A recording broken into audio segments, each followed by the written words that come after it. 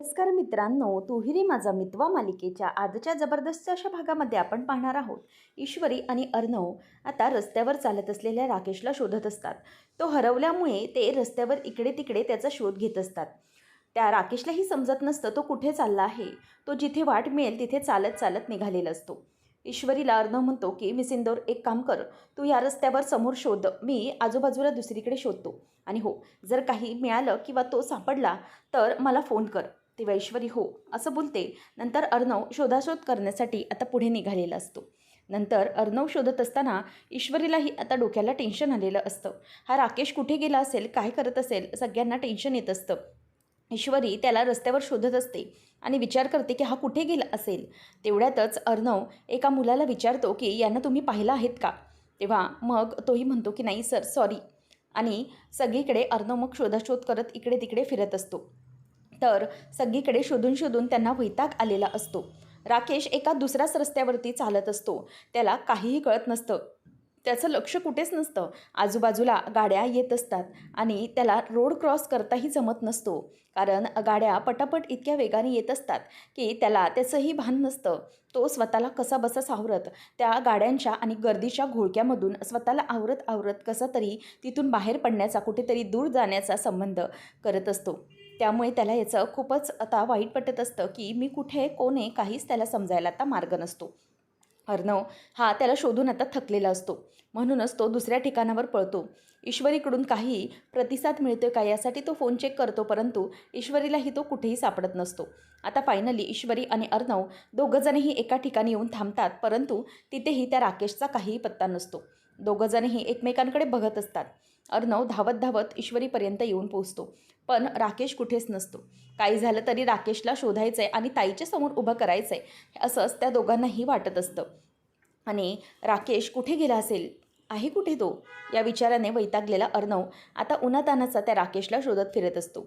नंतर नम्रता ही आकाशचा कॉल आलेला असतो, त्यामुळे भडकलेली असते. ती म्हणते की आकाश सर, मला सांगा तुम्ही हे सगळं का केलं. तुम्हाला जर जमत नव्हतं तर तसं सांगायचं होतं ना. तेव्हा तो म्हणतो की अगं प्लीज माझं ऐकून तरी घे, मी काय सांगण्याचा प्रयत्न करतोय. पण नमो ऐकूनच घेत नसते. ती म्हणते की नाही सर, काय ऐकून घ्यायचं आहे मी आता. तुम्हाला माहिती आहे किती मोठा प्रॉब्लेम झाला आहे तो. हो, हे बिझनेस स्टार्टअप करण्यासाठी तुम्हीच मला हेल्प केली होती ना. आणि तसंही मी तुम्हाला सांगत होते की सर, जर तुम्हाला जमत नसेल तर आपण ते आज नको करूया, नंतर कधीतरी त्या माणसांना बोलूया. पण तुम्ही ते ऐकलं नाही आणि आज त्याचा किती परिणाम झाला आहे माहिती आहे. किती मोठा प्रॉब्लेम झाला आहे आपल्या बिझनेसला. त्या लोकांनी आपल्याबरोबरची डील नाकारली आहे. इतका मोठा प्रॉफिट होणार होता तो लॉसमध्ये गेला आहे. मला आता काहीच बोलायचं नाही आहे. खरंच हे जे काही केलं आहे ना, त्यामुळे खूप मोठं नुकसान भोगावं लागणार आहे आता मला, असं म्हणून ती वैतागलेली असते आणि फोन ठेवून देते. आकाशचं ती एकही ऐकूनच घेत नाही. नंतर मग शुभंकर तिथे येतो आणि म्हणतो, एक मिनिट मी जरा येऊ का बोलायला. तेव्हा ती म्हणते की हे बघ शुभंकर, मी ना अजिबातच मस्करीच्या मूडमध्ये नाही आहे. तेव्हा तो म्हणतो की हॅलो, मी तरी कुठे मस्करी करणार आहे, मला तुझ्याशी जरा एका महत्त्वाच्याच विषयावर बोलायचं होतं. तेव्हा ती म्हणते की ठीक आहे बोल मग. तो म्हणतो की एक मिनिट, आता अगोदर तर मला एक गोष्ट सांग की नक्की काय झाले. हा जो काही बिझनेस आहे ना, हा बिझनेस कोणाचा आहे क्लाउड किचनचा. तेव्हा ती म्हणते की माझा आहे. मग तो म्हणतो की मग या बिझनेसची सर्वस्वी जबाबदारी घेण्याचा अधिकार कोणाचा होता, म्हणजेच ती प्रायोरिटी कोणाची होती. मग ती म्हणते की माझी. पण मी सरांना सांगत होते की त्याविषयीचे सगळे पेपर्स, सगळ्या काही गोष्टी तुम्ही माझ्याजवळ द्या, मी बघेन. पण तरीही त्यांनी ऐकलेले नाही आहेत. तेव्हा मग लगेचच तिच्या डोळ्यात पाणी येतं. ती म्हणते की मी त्यांना कालही सांगत होते की आपण आज हे सगळं घाई असेल तर थांबवूया काम, पण त्याने ऐकलं नाही आणि त्याचा परिणाम आज भोगली आहे मी. तेव्हा मग तो म्हणतो की एक मिनिट, मला एक गोष्ट सांग, जर ते काही विशिष्ट कामामध्ये असले तर तू त्यांचं काही ऐकूनच घ्यायला तयार नसशील. अगं आपल्याला नाण्याची दुसरी बाजू माहीत नव्हती, त्यामुळे तू उगीचच त्यांच्यावर असे आरोप लावू शकत नाही. कारण किती काही झालं तरी त्यांचंही काहीतरी महत्त्वाचं काम असू शकतं. मग तू त्या गोष्टीचा विचार का नाही केला. ती म्हणते की हे बघ शुभंकर, हेही काम तितकंच महत्त्वाचं होतं. ते लोक येणार आहेत हे मी त्यांना अगोदरपासून सांगत होते आणि तेही मला सारखं हेच सांगत होते की मी येणार आहे. मग उगीचच कशाला ना त्यांनी ऐनवेळेला या सगळ्या गोष्टी केल्या, त्यामुळे किती मोठा परिणाम झाला आहे. तेव्हा तो विचारतो की बरं ठीक आहे, मला तुझे सगळे मुद्दे समजले. पण मला एक गोष्ट सांग, हे सगळं इन्स्पेक्शन आणि हे सगळं यासाठी आपल्या हातात अजून किती दिवस आहेत. ती म्हणते की जेमतेम 15 दिवस असतील.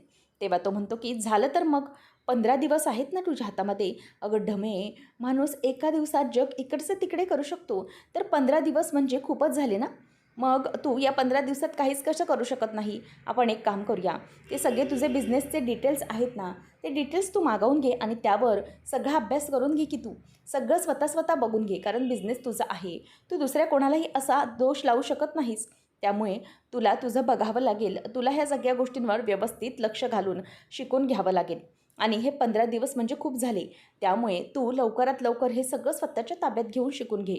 समजलं? म्हणजे कसं सगळं ठीक होईल आणि टेन्शनला आता मार गोळी. तेव्हा असं बोलून शुभंकर चल बाय मी निघतो असं म्हणून निघत असतो. तेव्हा ती त्याला आवाज देते आणि म्हणते की शुभू. तेव्हा तो म्हणतो की एक मिनिट, दोस्ती में नो सॉरी नो थँक्यू. तेव्हा ती तिथून आवाज देते की चल निघ आता. आणि तो हसतच तिथून बाहेर निघून जातो. आता नम्रताचा प्रॉब्लेम हा त्याने सॉल्व्ह करून टाकलेला असतो. नम्रता आता थोडीशी नॉर्मल झालेली असते. राकेश आता रस्त्यावरून चालत असताना समोरून टेम्पो येत असतो आणि त्याचं त्याला जराही भान नसतं. त्याला काहीही सुचत नसतं. आता एक टेम्पो समोरून येत असताना आजूबाजूनेही गाड्या जात असतात. त्यामुळे त्याला ते क्रॉस करणं जमत नसतं. तेवढ्यातच आता टेम्पो हा अगदी त्याच्या जवळ आलेला असतो आणि तेवढ्यातच अर्णव हा पटकन येऊन राकेशचा हात धरतो आणि त्याला बाजूला करतो. नाहीतर टेम्पो अगदी राकेशच्या जवळ येऊन थांबलेला असतो. अर्णवने पुन्हा एकदा राकेशला वाचवलेलं असतं आणि राकेशचा हात खाली बाजूला ओढलेला असतो. राकेश आता आतल्या आत खूप घाबरलेला असतो. राकेश हा त्याच्याकडे बघतो आणि म्हणतो की तुम्ही इथे पुन्हा. राकेशला तो विचारतो की पुन्हा काय करायचं होतं तुला? तो टेम्पो निघून गेला नाही तर काय झालं असतं? असं म्हणून आता राकेशकडे तो बघायला लागतो. तर वल्लरी बघत असते की बाळ अजूनही झोपलेलं असतं. अंजलीला काही राहवत नसतं. अंजली म्हणते की नाही मामी, बस झालं. तेव्हा ती तिथून उठून निघण्याचा प्रयत्न करत असते आणि इथे अर्णवला मात्र राकेशचा अजूनही संशय आहेच. अंजलीला वल्लरी विचारते की तू कुठे निघाली आहेस? अगं अशा व्यवस्थेत का जातीयस तू? अगं तुझे अजून टाके ओले आहेत. तू कुठे निघाली आहेस अशी?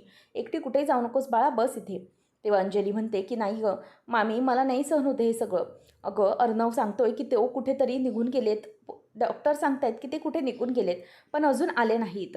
आणि मला खरंच खूप चिंता वाटते. एकतर त्यांची मेमरी ही निघून गेली आहे आणि त्यांना जर परत येण्याचा रस्ताच नाही समजला तर मग मी काय करू? नाही, मला गेलं पाहिजे. वल्लरी म्हणते की नको बाळा, असं करू नको. ती म्हणते की अगं अर्णवनेही अजून काही कॉल करून कळवलं नाही, म्हणजे हे अजून सापडले नाही आहेत. मी काय करू? मला खरंच सुचत नाही आहे. आता मला खूप चिंता वाटायला लागली आहे. तेव्हा मामी तिला शांत करत म्हणते की हो, मला तुझी काळजी समजते. हे बघ तुझ्या हे सगळं स्वभावामागचं कारण मला कळतं आहे. पण प्लीज जरा शांत हो. नक्कीच काहीतरी होईल. पण तू तुझ्या तब्येतीची आता काळजी घ्यायला हवीस. मला तुझी मनस्थिती समजते. पण प्लीज जरा शांत हो. असं म्हणून तिला ती समजवते आता आणि शांत करते. नंतर मग अर्णव हा राकेशला घेऊन बाजूला बसलेला असतो. त्यावेळेला ईश्वरी ही पटकन स्टॉलवरून त्याला पाण्याची बाटली आणून देते. अर्णव त्याला म्हणतो की हे घे, पाणी पिऊन घे. पण तो अजिबात ऐकत नसतो. तो म्हणतो की नको आहे मला पाणी. मला खरंच काही समजत नाही हो. तेव्हा राकेश म्हणतो की हे बघ, मला तुम्ही काय हाक मारताय काहीच कळत नाही आहे. अर्णव त्याला विचारतो की तुझं नाव राजेश आहे राजेश. समजलं, तू माझ्या बहिणीचा नवरा आहेस. तेव्हा तो म्हणतो की कोण राजेश? कुठला राजेश? मी अजिबात कोणत्याही राजेशला ओळखत नाही. मी खरंच सांगतोय, मी माझी स्मृती विसरलो आहे. मला काहीही समजत नाही आहे. तुम्ही कोण आहात? मी काय करतो? या सगळ्या गोष्टी आता माझ्या पूर्ण विचाराच्या बाहेरच्या आहेत. कसं समजू मी स्वतःला? तेव्हा मग आता लगेचच अर्णव त्याला फोटो दाखवतो आणि म्हणतो की हे बघ, हा तू आहेस राकेश. तेव्हा मग तो म्हणतो की काय? हा मी आहे. मग अर्णव म्हणतो की हो हो, तूच आहेस हा, आणि माझ्या बहिणीचा नवरा आहेस तू. हा केस असलेला राजेश, समजलं? तेव्हा तो म्हणतो की नाही नाही, तुम्ही इतकं दाखवण्याचा प्रयत्न करताय ना, तरीही माझ्या डोक्यात काहीच जात नाही आहे. मला काहीही समजत नाही आहे की अजूनही तुम्ही काय सांगण्याचा प्रयत्न करताय. राजेश हा काही ऐकायलाच तयार नसतो. अर्णव म्हणतो की ओके फाईन, तू याला ओळखत नाही आहेस, पण आम्ही तुला चांगलं ओळखतो. तेव्हा त्याला काही समजत नसतं. ईश्वरी म्हणते की बरं बरं ठीक आहे, तुम्ही शांत व्हा. आणि अर्णवलाही ती शांत करत असते, कारण की त्याला जे काही आठवतं आहे तेही आठवेनासं होईल किंवा त्याला त्याचा जास्त त्रास होईल. त्यामुळे ती शांत बसायला सांगते. तेव्हा मग अर्णव म्हणतो की मग आता काय करायचं आहे?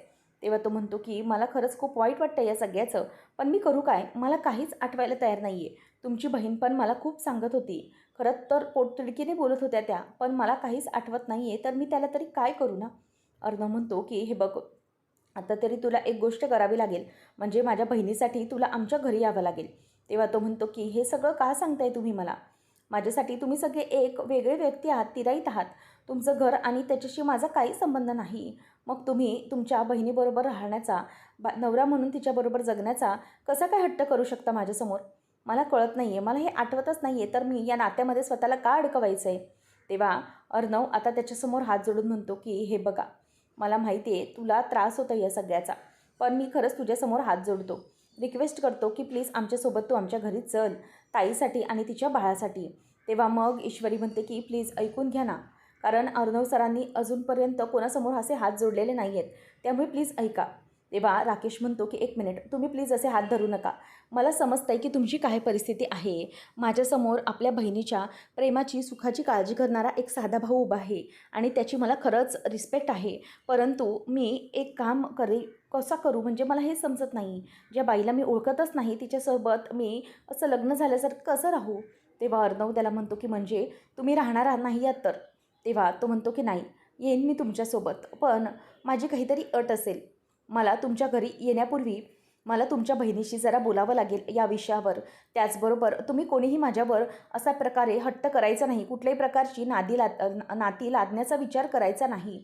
मी सगळं काही स्वतःच्या मनाने हळूहळू आठवण्याचा प्रयत्न करीन, पण प्लोनी माझ्यावर प्लीज कुठल्याही प्रकारचं प्रेशर आणू नका, नाहीतर त्याचा त्रास मला जास्त होईल. आणि मी तुमची मदत करायला तयार झालो आहे, कारण शेवटी मीही माणूस आहे आणि मलाही माणुसकीची कदर आहे. तुम्ही माझ्यासमोर इतके हात जोडले, तुमच्या बहिणीच्या सुखाची काळजी करताय, त्यामुळे मी एवढं करायला तर तयार होईनच नक्कीच. परंतु एक गोष्ट नक्की, की मला फक्त या सगळ्या गोष्टींमध्ये अडकवण्याचा प्रयत्न करू नका. मी तिथे येईन, पण मला माझ्या परीने जगू द्यायचं. तेव्हा अर्णव त्याला म्हणतो की बरं ठीक आहे, चालेल, तुम्ही जसं म्हणताय तसं आपण करायला तयार होऊ.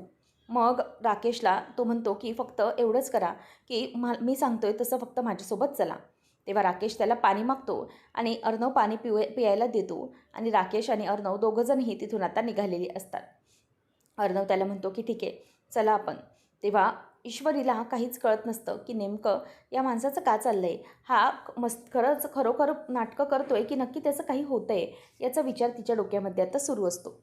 त्यानंतर मग आता अंजली ही तिच्या रूममध्ये असते आणि राकेश तिला आतमध्ये येताना दिसतो आणि तिला खूप आनंद होतो.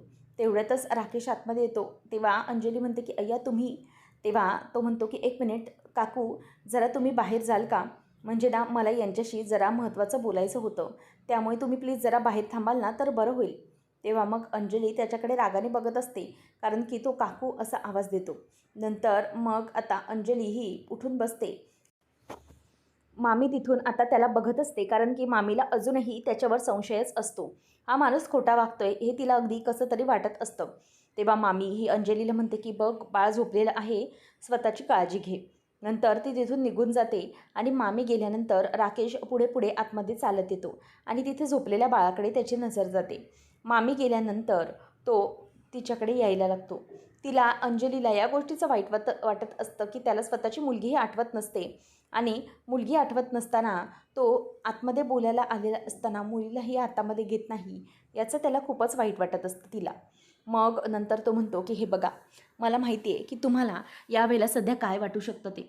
तुमच्यावरही वाईट प्रसंग ओढवला आहे, तसं मलाही काही आठवत नाही आहे. म्हणून मी तुमच्यासोबत घरी यायला तयार आहे. परंतु एक रिक्वेस्ट होती तुमच्यावर, की म्हणजे तुम्ही प्लीज मला कुठल्याही प्रकारे लादू नका. मी तुमचा नवरा असल्याचं. मी तुमच्या घरात येईन, पण मला जसं हळूहळू आठवेल तसं, की मला काहीच माहीत नाही आहे आता माझी परिस्थिती पुढे काय असू शकते. त्यामुळे प्लीज तुम्ही सगळ्या गोष्टींचा नीट विचार करा आणि मगच उत्तर द्या. आणि तुम्हाला चालेल ना, म्हणजे तुम्ही माझ्यावर कुठल्याही प्रकारे बंधन लादू नका नवरा बायकोचं. तेव्हा मग मी तुमच्यासोबत राहीन किंवा नाही मला माहीत नाही, पण मी त्या घरी येईन. तेव्हा ती म्हणते की बरं ठीक आहे, चालेल, तुम्ही माझ्यासोबत यायला तयार झालात ना, हेच खूप झालं. कारण की मी एका पायाने अशी अधू असतानाही तुम्ही माझ्यासोबत लग्न केलं, तर मला भरभरून प्रेम दिलं, सगळ्या काही गोष्टी माझ्यासाठी केलात, तुम्ही माझ्यासाठी जगलात. मग आता तुमच्या या वाईट परिस्थितीत मीही साथ देणारच आहे. त्यामुळे काही झालं तरीही मी तुमच्यासोबत आहे, अजिबात काळजी करू नका तुम्ही. तेव्हा मग राकेश तिला म्हणतो की ठीक आहे ना, म्हणजे तुम्हाला काहीच याचं वाईट वाटणार नाही आहे ना? तेव्हा ती म्हणते की नाही, काहीच वाटत नाही आहे, कारण की तुम्ही जर इतकं माझ्यासाठी करू शकता तर थोडे दिवस मी तुमच्यासाठी थांबायला नक्कीच तयार आहे. काही झालं तरीही मला आता बघायलाच हवं की तुम्हाला ह्या गोष्टी कशा होतात, काय होत आहेत, आणि नक्की सगळं व्यवस्थित होईल अशी माझी खात्री आहे. आणि मी वाट बघायला तयार आहे तुमची, त्या दिवसाची जेव्हा तुम्हाला आठवेल की मी तुमची पत्नी आहे. असं म्हटल्यावर आता राकेश तिथून गपचूप निघून जातो. तेव्हा तो थँक्यू, खरंच मला समजून घेतल्याबद्दल खूप खूप धन्यवाद तुमचे, असं म्हणून आता तिराहितासारखे तो अंजलीचे आभार देखील मानतो. प्रेमाच्या भाषेला तो तिराहितासारखा आभार मानून प्रतिसाद देतो. याचं तिला खूप वाईट वाटतं. नंतर मग राकेश तिथून मी येतो असं म्हणून बाजूला निघून जातो. अंजलीला त्याचं खूपच वागण्याचं विचित्र वाटलेलं असतं. राकेश हा इतका विचित्र आणि विकृप वागू शकेल म्हणजे मला ओळखणारच नाही, याचं तिला खूप वाईट वाटत असतं. आता अंजलीच्या डोळ्यामध्ये पाणी येतं. याचा त्रास तिला भयंकर होत असतो. नंतर अंजली आता जागेवर बसण्यासाठी जाते आणि तिच्या डोळ्यामध्ये फक्त आणि फक्त पाणी असतं. हे सगळं काय होऊन बसलं याचा विचार तिच्या डोक्यामध्ये आता येत असतो. आणि अंजली आणि राकेश यांनी एकमेकांसोबत सणासुदीचे घालवलेले दिवस तिला आठवत असतात. आणि अंजलीसाठी तो जेव्हा दुसरीकडे चाळीत राहायला गेला तेव्हाही खूप काही करायचा. खरं तर त्याचं हे सगळं वागणं खोटं असायचं, परंतु तरीही तिला ते खरं वाटत असे. आणि अंजलीला तो खूप मी तुझ्यावर कायम प्रेम करत राहीन असा सगळा विश्वास कायम देत असतो. शिवाय एकदा त्याने अंजलीसाठी खीर बनवलेली होती, तर ती खीरही तो तिला खायला देतो आणि एकटीलाच खायला देतो, स्वतःला खात नाही. याचं आता तिला खूप आठवून आठवून वाईट वाटत असतं. त्यानंतर आपल्याला पाहायला मिळतं की शुभंकर आता मस्तपैकी बसलेला असतो. तेव्हा त्याला सुप्रिया येऊन विचारते की शुभंकर काय झालं, तू असा मस्तपैकी का बसलायस, नक्की काही? तेव्हा तो म्हणतो की नाही ग काकू, बस तू पण ये इथे. तेव्हा नम्रता आलेली असते आणि सुप्रिया तिला म्हणते की नमू, अगं निदान आता चहा तरी घेणार आहेस की नाही? हा चहा तरी घे ना निदान, म्हणजे तुला बरं वाटेल. तेव्हा मग आता लगेचच त्यावर शुभंकर म्हणायला लागतो की अगं काकू, त्याचं काय आहे ना, एक मुलगी नाही भरपूर रुसलेली आहे, त्याच्यामुळे सगळा राग ती अन्नावर काढणार आहे. तसं मला तरी वाटतं की असं जर असेल तर भरपूरच उपोषण होईल या घरामध्ये. तेव्हा मग नम्रता रागाने त्याच्याकडे बघत असते. तेव्हा मग नम्रताला तो म्हणतो की अगं नमे ढमे, काय बघतेस माझ्याकडे, अगं चहा घे की हा, म्हणजे तुला बरं वाटेल. तेव्हा मग लगेचच तो म्हणतो की आता कसला विचार करतेस तू, नेमकं काय सुरू आहे तुझ्या डोक्यात? आत्ता तरी मला असं वाटतंय की तू नॉर्मल होतीस, पण आता मध्येच काय झालं आहे तुला? तेव्हा मग तो म्हणतो की बरं ठीक आहे, जाऊ दे, नसेल सांगायचं ना तर नको सांगू, पण आता तरी आम्हाला एक गोष्ट दिसते की इतकं सगळं घडलं आहे ना, तू इतकी नाराज झाली आहेस, याचा अर्थ तुझ्या आकाश सरांबरोबरचं लग्न तू मोडणार आहेस असं दिसतंय. तेव्हा मग आता ती गप्प बसलेली असते. सुप्रिया ही त्याला म्हणते की अरे बाबा, असं काही बोलू नकोस, कारण की अगोदरच एक लग्न मोडलेलं आहे, आणखी नको प्रॉब्लेम, आणि वास्तू तथास्तू म्हणत असते. तेव्हा मग शुभंकर म्हणतो की हे बघ काकू, जरा थांब, मला माझ्या पद्धतीने जरा तिला हँडल करू दे. मग लगेच तो म्हणतो की म्हणजे याचा अर्थ असाच आहे ना की अजिबातच तू त्यांच्याशी बोलणार नाहीस आणि त्यांच्यासोबतचं कायमचं नातं तोडून लग्नही तोडून टाकशील. तेव्हा मग नम्रता म्हणते की असं काही नाही आहे, म्हणजे मला राग तर आलेला आहे त्यांचा. तेव्हा मग लगेचच तो म्हणतो की ठीक आहे ना, मग राग तर आला आहे ना तुला, मग मला एक गोष्ट सांग की तुला नक्की काय करायचं आहे, तुझ्या मनामध्ये काय आहे ते नक्की सांग तू, म्हणजे तुझ्या डोक्यात काय सुरू आहे. तेव्हा नम्रता बोलायला सुरुवात करते आणि त्याचबरोबर सुप्रियाला परत ती म्हणायला लागते की हे बघ शुभंकर, मला ना असं कोणी विचारलंच नव्हतं, बघ आता तू विचारलंस त्यामुळे मला समजतंय.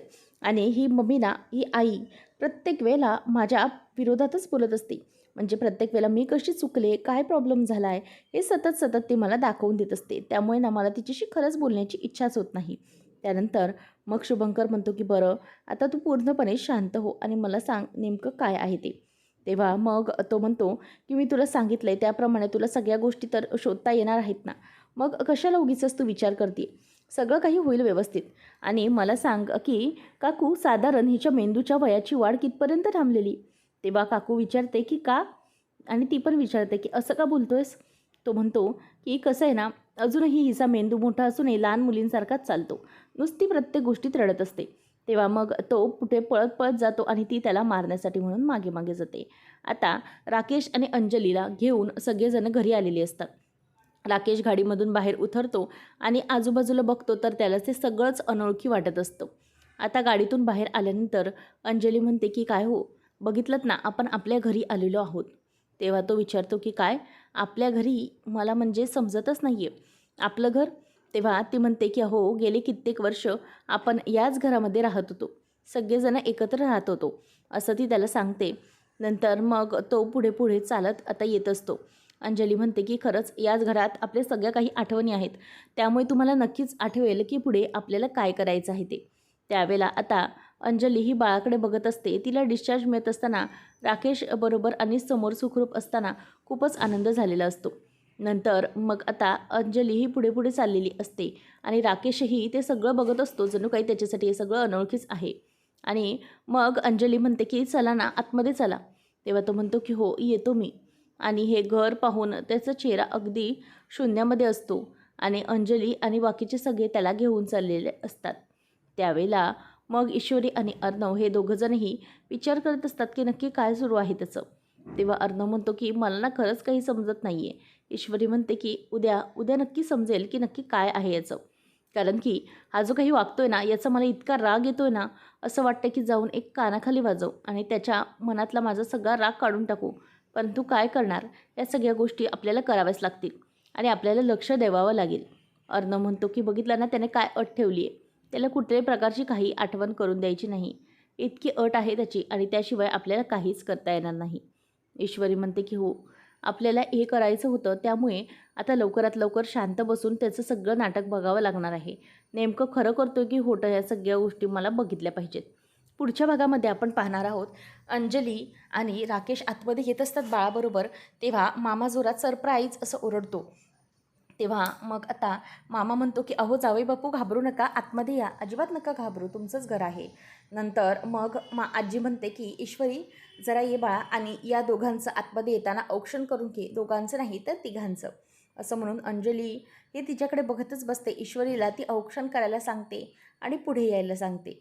नंतर मग आता हे सगळं होत असताना ईश्वरी तिच्याकडे बघतच बसते, कारण की ताईच्या आनंदापेक्षा तिच्यासाठी महत्त्वाचं असं काहीही नसतं. ईश्वरीकडून ती कौतुकही करून घेते आणि तिच्याकडून ती ओवाळूनही घेते. अंजली मात्र हे सगळं होत असताना मामीला विश करते आणि मामीचं जे काही होतं ते सगळं काही पुढे आता सुरू राहिलेलं असतं. नंतर मामी तिला चहा आणून देते. तेव्हा तो थँक्यू मावशी असं बोलतो. तेव्हा मग ती म्हणते की मावशी, अरे काय बोलतोस तू, मावशी का मी? तेव्हा मग ती म्हणते की मावशी नाही. तो म्हणतो मावशी नाही मग कोण आहात तुम्ही? अहो मावशीच आहात ना तुम्ही, मला इथे चहा आणून दिला आहे. तुम्ही या घरात कामच करत असाल ना, असं म्हणून मोलकरीण बनवून तिची लायकी काढून टाकलेली असते त्याने. आणि नंतर मग तो तिथे गप्पच बसलेला असतो आणि त्याचबरोबर ईश्वरी विचार करत असते की नक्की असं काय सुरू आहे. काही ना काहीतरी याचं बाहेर सत्य काढलंच पाहिजे. आणि तो त्याच्याकडे अगदी तिराहित नजरेने बघत असतो आणि ईश्वरी ही सगळ्या गोष्टी मॅनेज करत असते आणि लांबूनच बघत असते. आणि तिला मावशी अशी हाक मारल्यामुळे वल्लरीला खूपच राग आलेला असतो. आता नेमकं पुढे काय घडणार आहे, मामी म्हणजेच वल्लरी ही त्याच्यावरती कशाप्रकारे चिडेल आणि निघून झालेली असते. नेमकं आता पुढे काय घडणार पाहणं रंजकतेचं ठरणार आहे. अशाच अपडेट्ससाठी चॅनलला सबस्क्राईब करा.